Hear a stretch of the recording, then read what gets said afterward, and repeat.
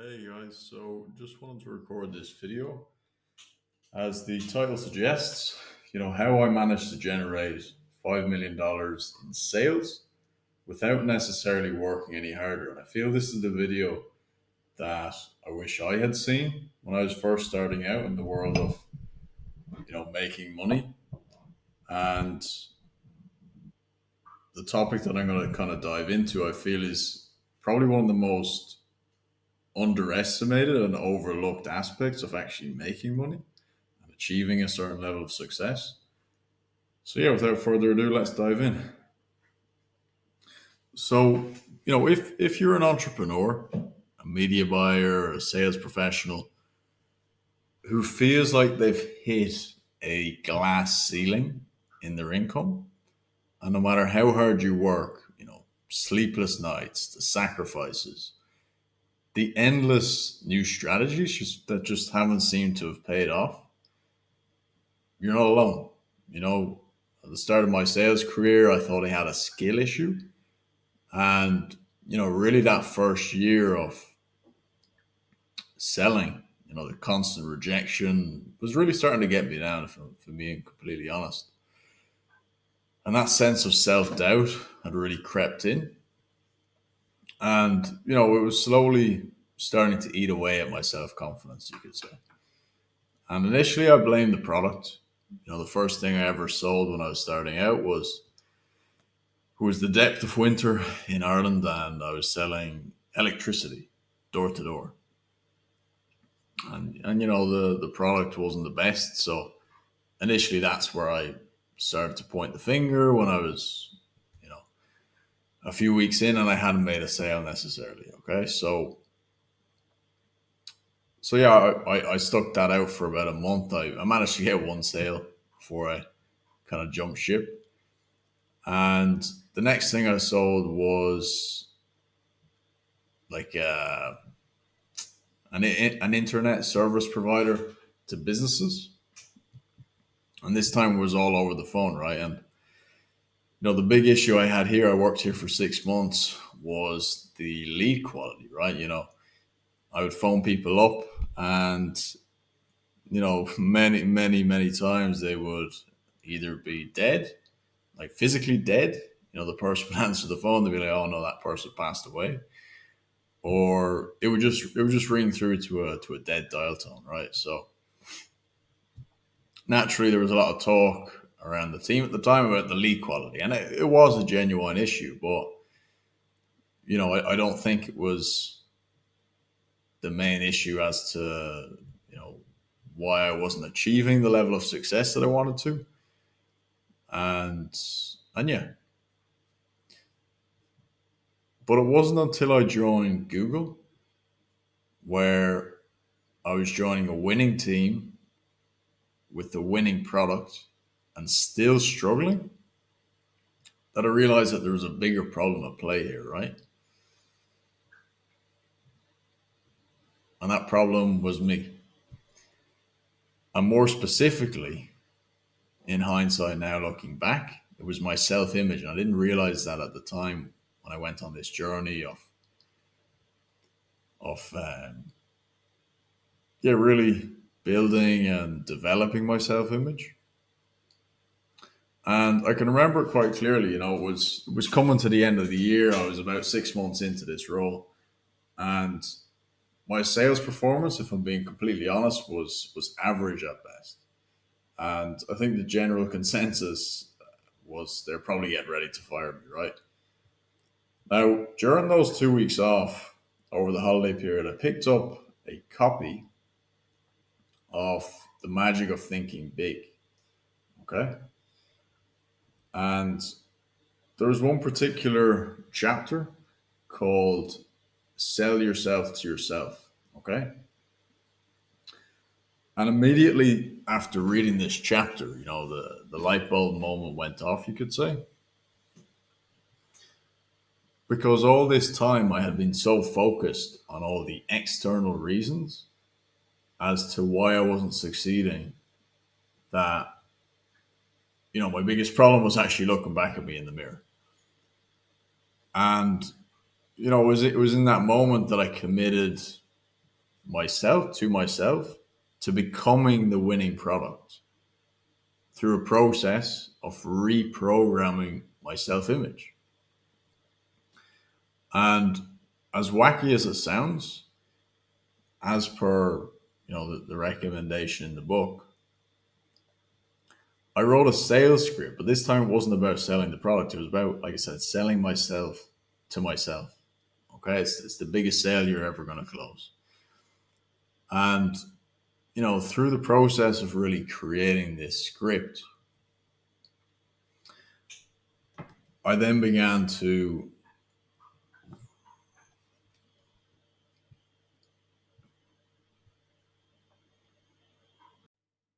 yeah. So through the process of really creating this script, so as wacky as it sounds, what I did was I wrote a sales script about selling myself to myself. And it included all of the character traits, all of the beliefs that I wanted to embody as a top sales professional. Okay. And, I became obsessed with this concept. I memorized the script by heart. I rehearsed it multiple times per day in front of the mirror, before sales calls until it sunk deep into my subconscious mind and ultimately transformed my self image and my entire trajectory in terms of my career, right? Now, within 3 months of really, focusing on this, I'm not really doing anything else from a strategy standpoint, right? It's not like I was, you know, there was no other major change that I was focusing on except rehearsing and embodying and embracing this new self image that I wanted to create for myself. And, within 3 months, fairly short period of time, I became the number one business development rep on the team, right? It was a complete 360 turnaround where I was, probably one of the worst on the team to consistently quarter on quarter from, that first quarter onwards, one of the top reps on the team, and the turnaround was so drastic that I can remember the VP of sales at the time, manages quite a big sales team. He's obviously done very well from several years. He noticed this turnaround because this turnaround was drastic. Like these guys were getting ready to fire me. And, he invited me into his office, shook my hand, personally congratulated me as he had seen firsthand the change that I had gone through and the results that I was able to obviously generate for the business. Now, he admitted that there were moments where himself and the other sales directors they had their doubts about my abilities, and that was evident in my performance and probably my whole attitude at that time. Like I said, over the next 12 months that I would work there, it's probably 12 to 15 months realistically, I would consistently, like I said, smash my sales targets. Like not just barely hit them, I would exceed them every single quarter consistently. And, would go on to generate millions of dollars in revenue for the company. Eventually, then, my sales abilities were noticed by a fast growing startup at the time, Do It International. So, to really come in and grow a new region within their business as a sales rep. And, during my time there, I closed over $3.4 million in new business, um, and unlocked, a meaningful stake of equity in the company by achieving that level of performance, exceeding targets and expectations. And, part of which, in terms of that equity, I'm glad to say, is now going to go towards my parents' retirement, right? So it was a pretty important part of my career so far, I would say, from a learning standpoint. And, it's really a testament to So that small change that I made a few years ago around creating this new identity for myself. And, since then, I've left the world of sales as of recording this video. Um, I've been out of the world of sales for, I'd say, about probably a year now, of like one-to-one direct selling. And, since then, I've ventured into the world of media buying as an affiliate. And yeah, I've seen some wins early on, and but recently, as I record this video, I find myself, experiencing the exact problem that I've outlined and that I know I've overcome in the past. This is why I wanted to share this video, because I know the power of what I've experienced it firsthand. And without going too much into it, these last 3 months, I would say, it's just felt like a losing streak, right? Every time we had a campaign that was looking like it could be scaled, it was like the wheels would just fall off the bus. The ad account would get banned, ads would stop performing, costs would go through the roof in terms of CPMs, essentially wiping out all the profits. And, through this realization and through this kind of reflection period,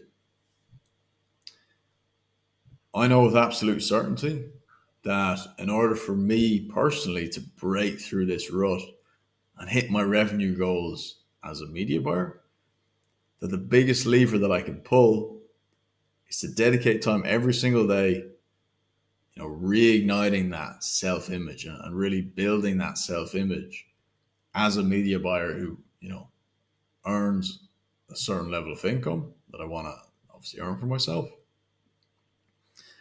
And I truly believe wholeheartedly that nothing is more important to achieving my revenue goals. I've looked at, hundreds of books over the years and all these different strategies and tactics. But, if you look into the concept of self-image, and, obviously it was the magic of thinking big that initially introduced me to it. But Dr. Maxwell Maltz has written an incredible book as well, Psycho-Cybernetics. And, he goes into this in great depth and the whole science behind it. It's a very real thing. And, he calls it one of the greatest discoveries in recent times. And I fully can advocate to that. And, again, this is really why I'm making this video. It's as a reminder to myself, the power of this and the importance of this. And, really to share this message with other people, because, I said at the start of the video, I honestly believe that the self-image, the self-concept, is the most powerful yet most overlooked factor to achieving success in business and life. Because at the end of the day, and you may have found this out the hard way like I did, for many years, and again having come up again against it recently, you simply cannot outperform your self-image through external action. There's a famous quote, and it's like you will succeed to the level of your self-image allows you to succeed. It's almost like a torpedo that's been pre-programmed to reach a certain destination. It might try and veer away, but then it'll quickly sink back down if that self-image isn't programmed to a higher level.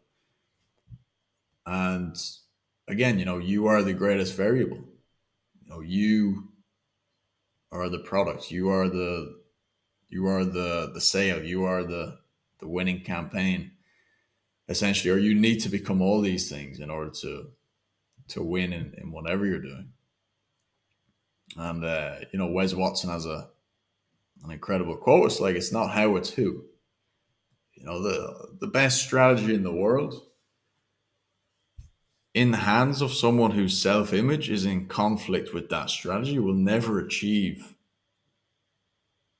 the desired results. It just doesn't happen. It's like you're programmed for failure. And the only way that you can break past that is obviously by putting in the time to reprogram it and really making that internal shift, so you can then go on and do things beyond your capabilities. Um, and I've personally used this to hit obviously new heights in my career, but also through sports. One of my biggest fears for a long time was the fear of heights, and now I'm a licensed skydiver. I've completed over 20 jumps, and only through a lot of um, work around my self image of becoming a skydiver, and weaving that identity into who I wanted to become, was I able to overcome those fears and develop the abilities to be able to jump on a plane, and confidently jump out and go through that full process. And you know another example, I used to barely be able to run 5 kilometers, and then I did an Ironman 70.3. So, and lastly, the other example is I used to be very shy. I used to be very insecure about putting myself out there, and even entering the world of sales was very counterintuitive to my whole personality. Definitely didn't come naturally to me. And Maxwell Maltz even speaks about this in his book. Is like this concept of genetics, and people are pre-programmed or predestined to a certain level of ability based on their genetics. It's been proven wrong time and time again.